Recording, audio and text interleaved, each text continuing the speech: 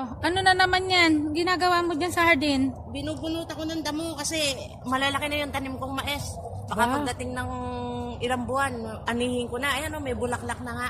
Sayang din to, mahalang mais dito sa bansang Qatar. Kaya nagtanim na lang ako.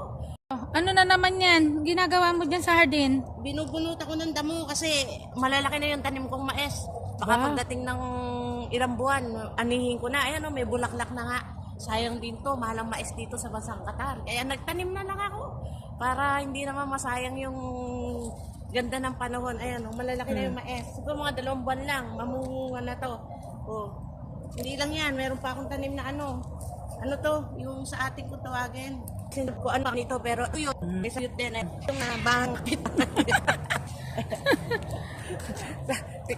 Tapos mamimitas ka pagka ano na. Ano, may ano na siya, may bulaklak na siya, oh. Hmm. Ayan, oh. Mamumunga na siya, malapit na siya mamunga. Ayan, guys. Oh, 'di ba? Kapag may tinanim, may aanihin. Pero dahil ito'y sa kapitbahay, sila yung mag-aani. Manghihingi lang ako. Ayan. Picture, next.